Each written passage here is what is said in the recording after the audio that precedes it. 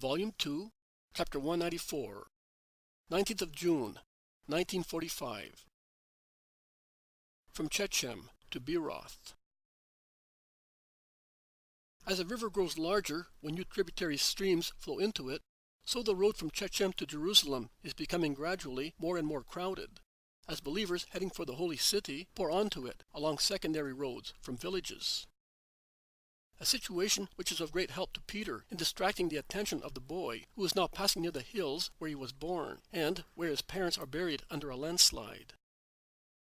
The child is not aware of it. After a long march interrupted, after Shiloh, on its steep hill, had been left behind to the left, by a pause to rest and take some food in a green valley resounding with pure crystal-clear waters, the pilgrims set forth again and cross a little calcareous mountain, which is rather barren, and on which the sun is blazing down mercilessly. They then begin to descend through a range of most beautiful vineyards, which, with their festoons, adorn the crags of the calcareous mountains. The area is most sunny. Peter smiles significantly and makes a sign to Jesus, who, in turn, smiles. The boy does not notice anything, engrossed as he is in listening to John of Endor, who is speaking to him of other lands he has visited, where the most sweet grapes grow that, however, are not so much used to make wine as to make cakes, which are more delicious than honey cakes. They are now climbing a very steep hill because they have left the dusty crowded main road and have taken this shortcut through woods. And when they reach the summit, they can distinctly see in the distance a huge bright light shining above an agglomeration, perhaps whitewashed houses. "Jabez," calls Jesus, "come here. Can you see that golden spot? It is the house of the Lord. There you will swear to obey the law. But do you know it well? My mother used to speak to me about it, and my father taught me the precepts. I can read, and I think I know what they told me before they died." The boy, who had come smiling when Jesus called him, is now weeping with his head lowered and his trembling hand in Jesus' hand. Do not weep. Listen. Do you know where we are? This is Bethel. Holy Jacob dreamt of the angels here. Do you know? Do you remember? Yes, Lord. He saw a ladder that from the earth reached up to heaven, and the angels went up and down. And my mother used to say that when one dies, if one has always been good, one sees the same thing and goes up that ladder to the house of God. My mother used to tell me many things, but now she does not tell me any more. I have them all in here, and that is all I have of hers. Tears streamed down his little sad face.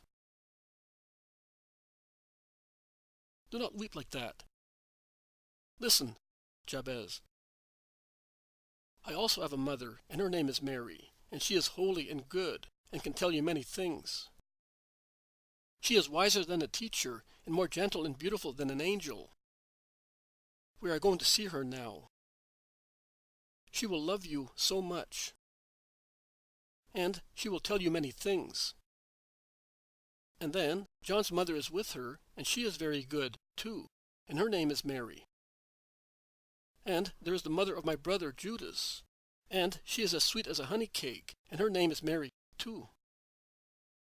They will love you so much, because you are a clever boy, and for my sake, because I love you so much. And you will grow up with them, and when you are big, you will be a holy man of God. Like a doctor, you will preach Jesus, who has given you a new mother here, and who will open the gates of heaven to your dead mother and to your father, and will open them also to you when your hour comes. You will not even need to climb the long ladder of heaven when you die.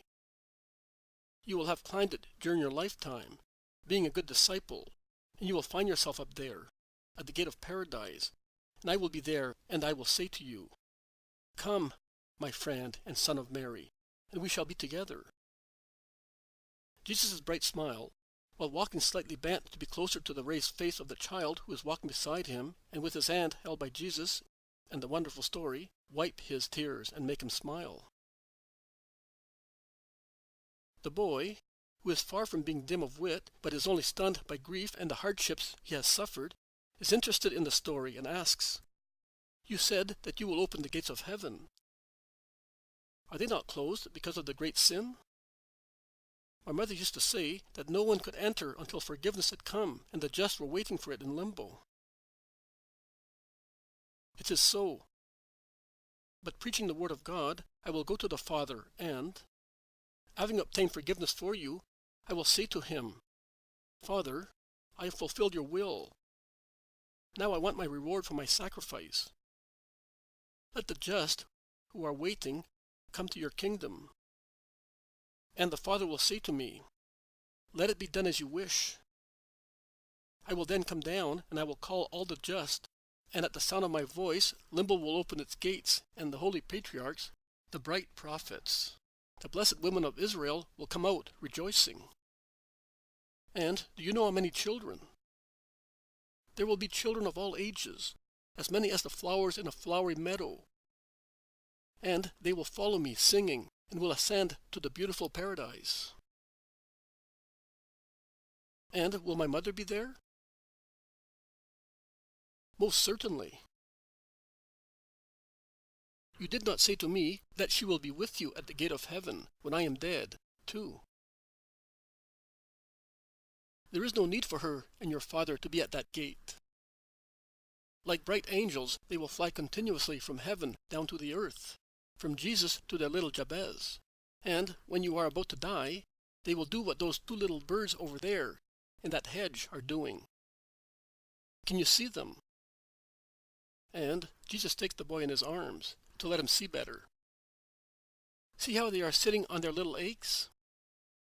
They are waiting for them to hatch. Then they will spread their wings over the brood to protect them from all evils. And then, when they are grown and ready to fly, they will support them with their strong wings. It will take them up, up, up, towards the sun. Your parents will do the same with you. Will it be just like that? Exactly like that. But will you tell them to remember to come? That is not necessary, because they love you, but I will tell them. Oh, how I love you. The child, who is still in Jesus' arms, presses against his neck and kisses him with such joyful effusion that is really moving. Jesus kisses him, too, and puts him down. Well, let us go on. Towards the holy city. We must arrive there tomorrow, towards evening. Why such a hurry? Can you tell me? Is it not the same if we arrive the day after tomorrow? No, it would not be the same. Because tomorrow is Parashev, and after sunset one can walk for only 6 stadia. You are not allowed to go farther, because the Sabbath and its rest have begun. So one idles about on the Sabbath. No. You pray the Most High Lord. What is his name? Adonai. But saints can pronounce his name. Also good children. Tell me if you know. Jahve. The boy pronounces it thus.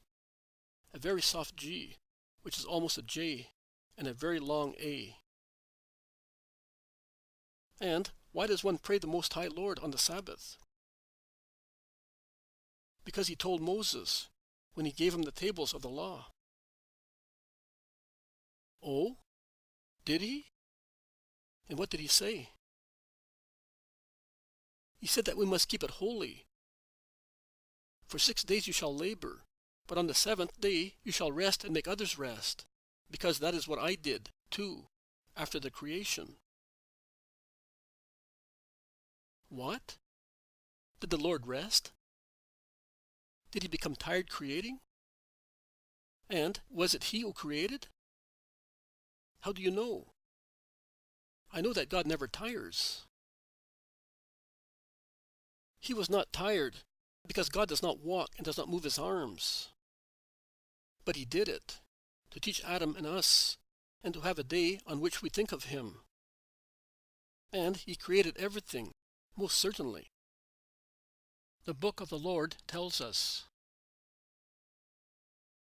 But was the book written by him? No, but it is the truth. And one must believe it unless one wants to go to Lucifer. You said that God does not walk and does not move his arms. How did he create then? What is he like? A statue? He is not an idol. He is God. And God is, let me think and remember what my mother said, and even better than she did, that man that in your name goes to visit the poor people at his dry lawn. My mother used to say, to make me understand God, God is like my love for you. It has no body, but it exists. And that little man, with such a gentle smile, would say, God is an eternal spirit, one in trine, and the second person became flesh for the sake of us, poor people, and his name is... Oh, my Lord. Now that I think of it, it's you. The child, dumbfounded, prostrates himself on the ground, adoring. They all run, thinking that he has fallen. But Jesus, with his finger on his lips, beckons them to be silent, and then says, Stand up, Jabez. Children must not be afraid of me. The boy looks up reverently and looks at Jesus with a changed expression, almost of fear. But Jesus smiles and stretches out his hand, saying, You are a wise little Israelite. Let us continue the examination. Now that you have recognized me, do you know whether the book mentions me? Oh, yes, Lord. From the beginning to now, everything speaks of you. You are the promised Savior. Now I understand why you will open the gates of limbo. Oh, Lord, Lord, and do you love me so much? Yes, Jabez. No, no longer Jabez. Give me a new name that means that you loved me and saved me. I will choose a name together with my mother.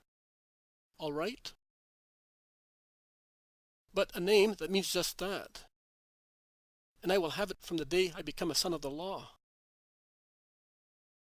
You will have it as from that day. They pass Bethel and rest in a little cool valley, rich in water, to take some food. Jabez is half stunned by the revelation and eats in silence, accepting with veneration every mouthful that Jesus hands to him. But he slowly takes heart again, and after playing happily on the green grass with John while the others are resting, he goes back to Jesus together with his smiling friend John, and the three chat together. You did not tell me who speaks of me in the book. The prophets, Lord. And even before, the book speaks of you when Adam was expelled, and then to Jacob, Abraham, and Moses. Oh, my father told me that he went to John. Not this one, the other John, the one of the Jordan. And he, the great prophet, called you the Lamb. Oh, now I understand the Lamb of Moses. You are Passover. John teases him. But which prophet spoke best of him? Isaiah and Daniel. But I like Daniel more, now that I love you as my father. Can I say that? That I loved you as I loved my father? Yes? Well, now I prefer Daniel. Why? Who speaks most of the Christ is Isaiah. Yes, but he speaks of the sorrows of the Christ. Daniel instead speaks of the beautiful angel and of your coming. It is true. He also says that Christ will be sacrificed. But I think that the lamb will be sacrificed with one single blow. Not as Isaiah and David say. I always wept when my mother read them, and she did not read them any more. He is almost weeping now while caressing Jesus' hand. Forget about it for the time being. Listen. Do you know the precepts? Yes, my Lord. I think I know them. I used to repeat them when I was in the woods, so that I would not forget them, also because I wanted to hear the words of my mother and my father. But now I will not weep any more. Tears, however, are shining in his eyes, because I have you. John smiles and embraces Jesus, saying, "The same words as mine." All those who are children in their hearts speak the same language. Yes, because their words come from one wisdom only. But now we ought to go, so that we can be in Beeroth very early. The number of people is increasing and the weather looks threatening. There will be a rush for shelters. And I do not want you to be taken ill. John calls his companions, and they set forth again towards Beeroth, across a plain which is not very well cultivated, but is not so barren as the little mountain they climbed after Shiloh.